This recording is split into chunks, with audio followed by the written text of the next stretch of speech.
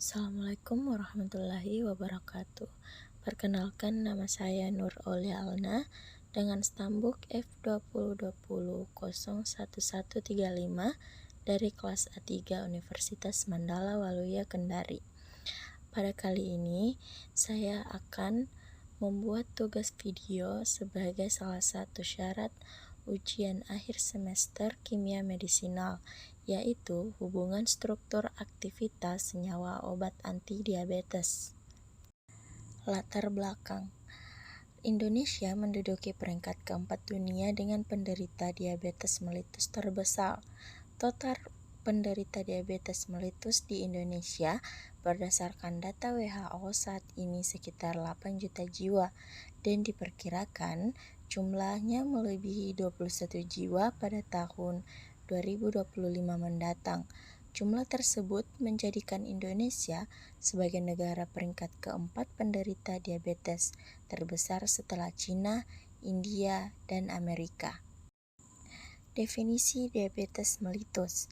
Diabetes melitus didefinisikan sebagai suatu penyakit atau gangguan metabolisme kronis dengan multi-etiologi yang ditandai dengan tingginya kadar gula darah, disertai dengan gangguan metabolisme karbohidrat, lipid, protein sebagai akibat dari insufiensi fungsi insulin. Insufiensi fungsi insulin dapat disebabkan oleh gangguan atau defisiensi produksi insulin oleh sel-sel beta Langerhans, kelenjar pankreas, atau disebabkan oleh kurang responsifnya sel-sel tubuh terhadap insulin. Definisi diabetes lainnya menurut American Diabetes Association tahun 2014 adalah suatu kelompok penyakit metabolik yang ditandai dengan hiperglikemia yang terjadi karena kelainan sekresi insulin, kerja insulin, atau kedua-duanya. Walaupun diabetes melitus merupakan penyakit kronik yang tidak menyebabkan kematian secara langsung, tetapi dapat berakibat fatal bila pengelolaannya tidak tepat. Pengelolaan diabetes melitus memerlukan penanganan secara multidisiplin yang mencakup terapi non-obat dan terapi obat. Selanjutnya, patofisiologi diabetes melitus.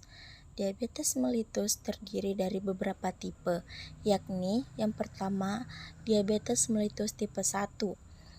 DM tipe 1 terjadi pada 100% dari semua kasus diabetes. Secara umum disebabkan oleh kerusakan sel pankreas akibat autoimun, sehingga terjadi defisiensi insulin absolut.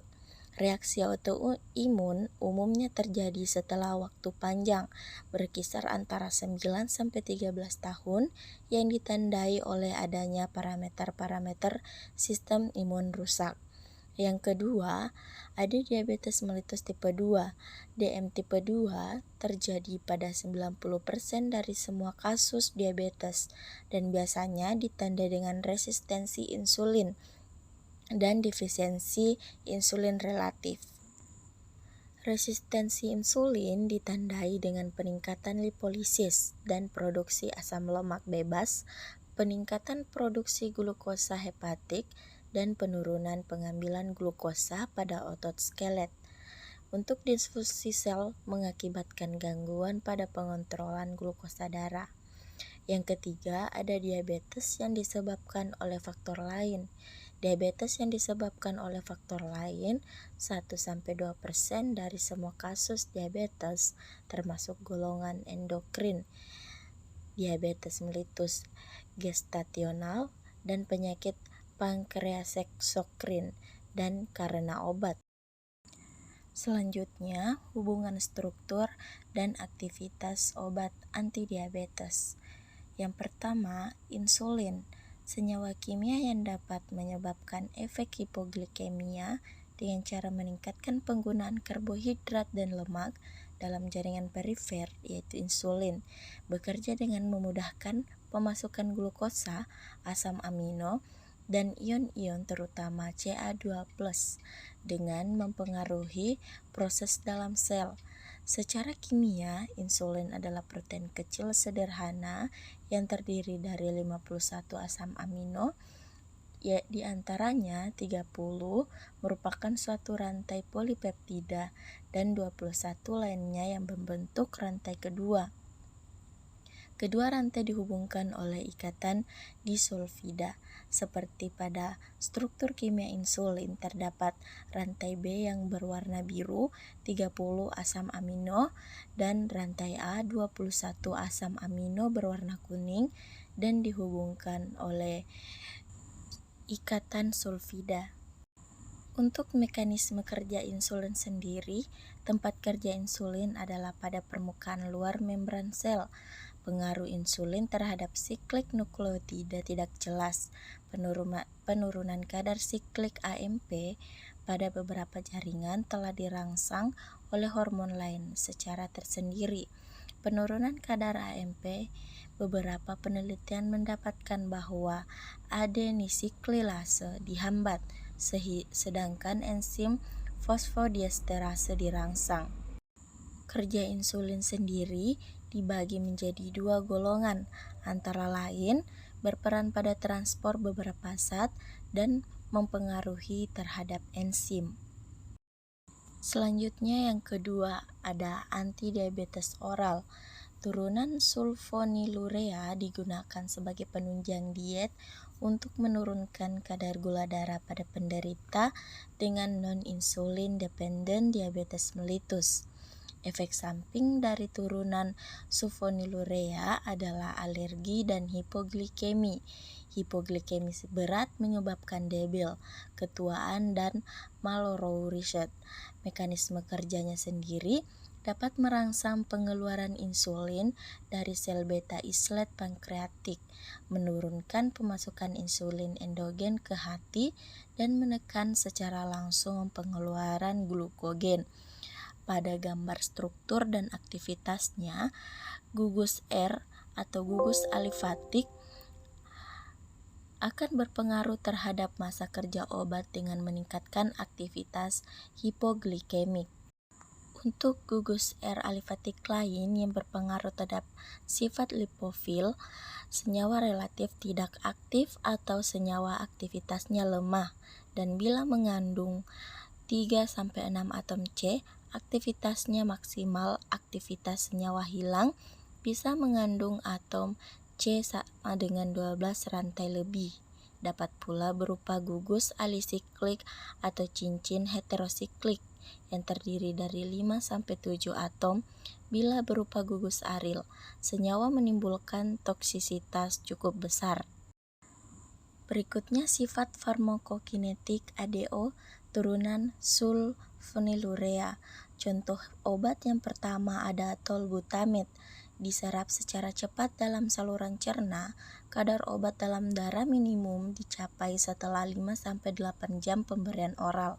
Untuk masa kerja tolbutamide relatif pendek karena cepat mengalami oksidasi pada gugus P-metil menjadi gugus karboksilat yang tidak aktif. Untuk dosis awal oral yaitu 500 mg sampai dengan 2 sebelum makan dan kemudian ditingkatkan secara bertahap sesuai dengan respon penderita.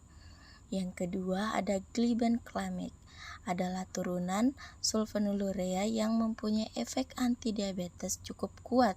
Untuk dosis awalnya sendiri oral 2,5 mg sebelum makan dan kemudian ditingkatkan secara bertahap sesuai dengan respon penderita dengan maksimum dosis 10 mg per hari. Yang ketiga ada glikasid, diserap secara cepat dalam saluran cerna. 85% obat terikat oleh protein plasma.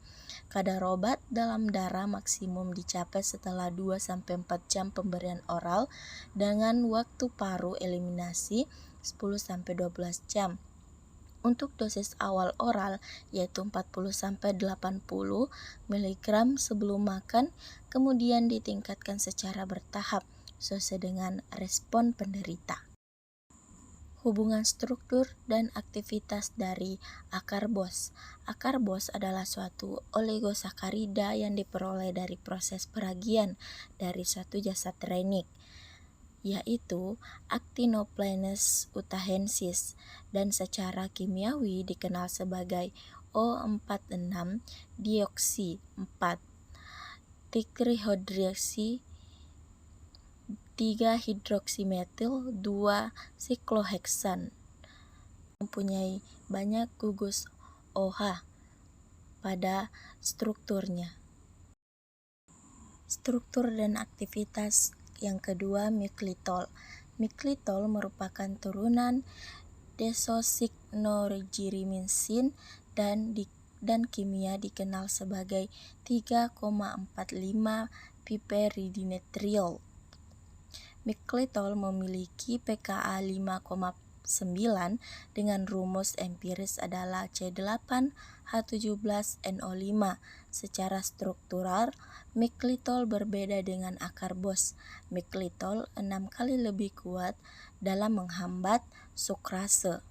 Meskipun afinitas ikatan kedua senyawa tersebut berbeda, sasaran dari baik akarbos maupun miklitol adalah glikosidase atau sukrose, maltase, dan glikoamilase, dextranase, dan isomaltase.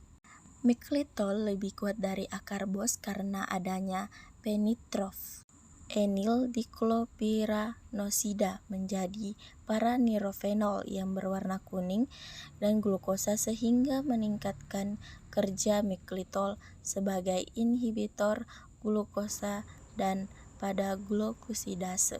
Sedangkan pada akarbos tidak terdapat paranitrofenol. Sedangkan pada akarbos terdapat banyak gugus OH pada hampir setiap atom C, sehingga akarbos lebih banyak pada sasaran minimal terhadap enzim amilase. Berdasarkan kepolarannya, akarbos lebih polar dari miklitol, sehingga akarbos memiliki masa kerja obat lebih cepat. Sekian dan terima kasih dari penjelasan saya. Untuk kekurangannya saya memohon maaf. Wabillahi taufiq wal hidayah. Wassalamualaikum warahmatullahi wabarakatuh.